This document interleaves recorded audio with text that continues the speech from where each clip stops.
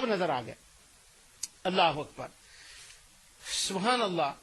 یہاں میں اگلی وہ دوسری بات شروع ہو جائے گی، اس سے پہلے یہاں میں نے آپ کو بتایا تو وہ بات نکل جائے گی کہ وہاں پچراں کا میں اتنا نام کیوں لے رہا ہوں، مولانا حسین علی صاحب کا یہ کیوں میں نام لے رہا ہوں. اصل میں بات یہ ہے کہ نور ٹی وی کے ناظرین میں یہ وہاں پچراں کیا ہے، پہلے میں تھوڑا سا اس کا تعارف کرا دوں.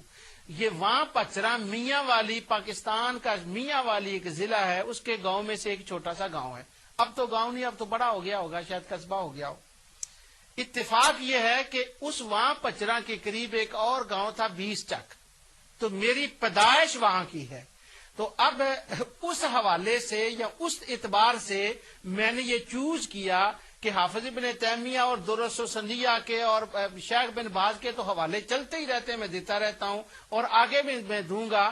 تو میاں والی چونکہ میرا بھی تعلق ہے اور وہاں پچراں سے بھی اس طرح سے تعلق ہے کہ میں وہاں پیدا ہوا اور میں گرو وہاں ہوا ہوں. اور نور ٹی وی کے ناظرین میں سے بڑی تعداد میاں والی میں رہتی ہے، تو یہ پروگرام بھی وہاں جاتا ہے.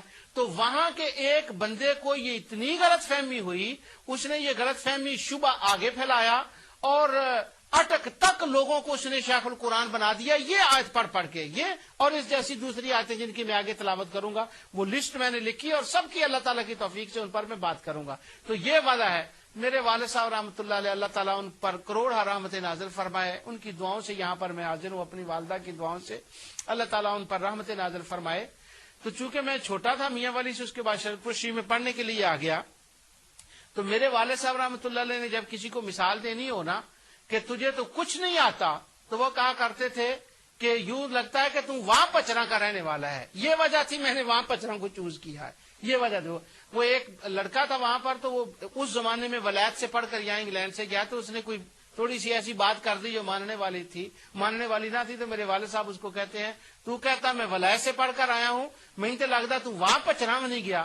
تو وہاں پچراں نیل علاقہ تھا، بیکورڈ سب سے جگہ ہے. تو جو وہاں پچراں کی یہ بات ہے، تو وہاں سے لٹریچر بھی تو اسی قسم کا آنا ہے نا.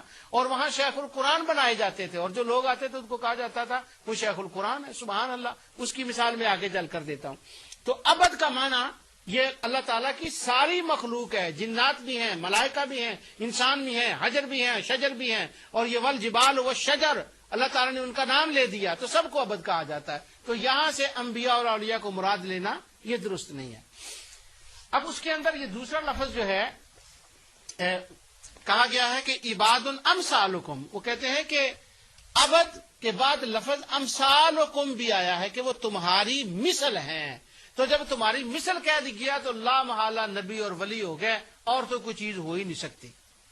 اب میں قرآن کریم کی چند آیتیں تلاوت کرتا ہوں، لیکن اس سے پہلے میں ایک بات عرض کر دوں کہ جب کہا جاتا ہے نا یہ تمہاری مثل ہیں، تو اس سے مکمل مماثلت، سملیرٹی ایک جیسا ہونا ضروری نہیں ہوتا.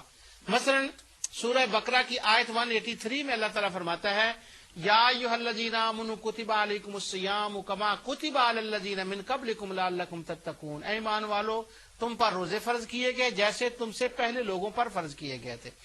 اب روزوں کے فرض ہونے کی حد تک تو سملیرٹی ہے، لیکن ہر بات میں تو سملیرٹی ان کے ساتھ نہیں ہے. تو اگر کسی ایک بات میں سملیرٹی ہو جائے تو بات پوری ہو جاتی ہے. علامہ ابن حجر اسقلانی نے اور امام عینی نے، آگے وقت ہوا تو میں وہ حوالے آپ کو بتاؤں گا، اللہ تعالیٰ کی توفیق سے انہوں نے اس پر بحث کی ہے کہ امثالکم جب آتا ہے تو اس سے مراد کامل مماثلت نہیں ہوتی، کسی ایک چیز میں مثل ہو جائے تو بات پوری ہو جاتی ہے. اب جو محدثین نے اس کی مثالیں دی ہیں ان میں سے چند ایک میں آپ کے سامنے پڑھتا ہوں. اللہ تعالیٰ نے قرآن میں سورہ انعام کے اندر 38 آیت نمبر 38 میں فرمایا وَمَا مِن دَابَّةٍ فِي الْأَرْضِ وَلَا طَائِرٍ يَطِيرُ بِجَنَاحَيْهِ إِلَّا أُمَمٌ أَمْثَالُكُمْ. اور زمین میں جو چلنے پھرنے والے حیوانات ہیں یا دوسرے پرندے جو پروں سے اڑنے والے ہیں، ان کی بھی تم لوگوں کی طرح جماعتیں ہیں. اللہ تعالیٰ فرماتا ہے بجناحیہ، وہ اڑنے والے پرندے پرند جو ہیں، الا امم امثالکم، وہ بھی تمہاری مثل ہیں، ایک گروہ. اب یہ اللہ تعالیٰ نے پرندوں کو، چرندوں کو انسانوں کے ساتھ مماثلت دی کہ وہ بھی تمہاری مثل ہیں. اب پھر وہ آیت پڑھ لیں جو میں نے پڑھی تھی اللہ تعالیٰ فرماتا ہے ان الذین تدعون من دون اللہ عباد امثالکم، وہ بھی تمہاری مثل بندے ہیں. تو مثال میں کاملیت کی ضرورت نہیں، کامل ہونا ضروری نہیں. کیوں؟ یہاں جب ہم امثالکم کہا گیا ہے پرندوں اور چرندوں کے ساتھ اور جو کوئی زمین میں ہے ہماری مثل ان کو کہا گیا ہے، تو کس بات میں وہ مثل ہے؟ کس بات میں ہماری مثل ہے؟ دو باتوں میں مثل ہے. امم امثالکم، ایک تو ان کے بھی گروہ ہیں اور انسانوں تمہارے بھی گروہ ہیں. ایک مثل، ایک معنی یہ ہو سکتا ہے. اور دوسرا معنی یہ ہے کہ تم بھی اس کی مخلوق ہو اور وہ بھی اس کی مخلوق ہے اور تم بھی اس کی مخلوق ہو. تو ایک بات کی مثلیت کی وجہ سے مثل ہو سکتا ہے، اس کو مثل امثالکم کہا جا سکتا ہے. تو یہاں پر اللہ تعالیٰ نے ایک بات کی وجہ سے الا امم امثالکم کہا. اب دوسری مثال قرآن کریم کی آیت 59 سورہ آل عمران کی ہے. اللہ تعالیٰ ارشاد فرماتا ہے ان مثل عیسیٰ عند اللہ کمثل آدم خلقہ من تراب ثم قال له کن فیکون. جب نجران کے لوگ عیسائی نبی اکرم نور مجسم صلی اللہ علیہ وسلم کے پاس آئے اور آ کر وہ وہاں ٹھہرے تو انہوں نے نبی کریم صلی اللہ علیہ وسلم سے حضرت عیسیٰ علیہ السلام کی الوہیت کے بارے میں گفتگو کی. نعوذ باللہ کہ اللہ تعالیٰ نے حلول کیا ہے عیسیٰ علیہ السلام کے اندر. عیسیٰ اللہ ہے اور اللہ عیسیٰ ہے. نعوذ باللہ من ذالک. لقد کفر الذین قالوا ان اللہ هو المسیح ابن مریم. وہ لوگ کافر ہو گئے جنہوں نے کہا اللہ مسیح ابن مریم ہی اللہ ہے اور اللہ ہی مسیح ابن مریم ہے. اس پر آگے چل کر تفصیل سے بات میں کروں گا. تو جب وہ آئے نجران کے لوگ تو انہوں نے نبی کریم صلی اللہ علیہ وسلم سے گفتگو کی کہ عیسیٰ علیہ السلام خدا ہیں. تو کیسے خدا ہیں؟ وہ کہنے لگے ان کا باپ نہیں تھا. تو اللہ تعالیٰ نے اس کے جواب میں یہ آیت نازل فرمائی ان مثل عیسیٰ عند اللہ کمثل آدم. عیسیٰ کی مثال خدا کے نزدیک آدم کی ہے. عند اللہ کمثل آدم کہ عیسیٰ آدم کی مثل ہیں. عیسیٰ آدم کی مثل ہیں. کس بات میں آدم کی مثل ہیں؟ حضرت آدم علیہ السلام ابو البشر ہیں، وہ تمام انسانوں کے باپ ہیں. عیسیٰ علیہ السلام تمام انسانوں کے باپ ہیں؟ نہیں. آدم علیہ السلام اول انسان ہیں؟ کیا یہ ہیں؟ نہیں. حضرت آدم علیہ السلام اس دنیا میں تشریف لانے سے پہلے جنت میں رہے. عیسیٰ علیہ السلام رہے ہیں جنت میں اس جسم کے ساتھ؟ نہیں. اب کوئی مثال بھی کر دیں عیسیٰ علیہ السلام پر ان کی مثل نہیں آتی. کس بات میں وہ مثل ہیں؟ صرف ایک بات میں کہ وہ بھی اللہ تعالیٰ کی قدرت کا کرشمہ ہے اور یہ بھی اللہ تعالیٰ کی قدرت کا کرشمہ ہے. کیوں؟ ان کی ماں ہے، عیسیٰ علیہ السلام کی باپ نہیں ہے، مگر آدم علیہ السلام کا تو نہ باپ ہے نہ ماں ہے.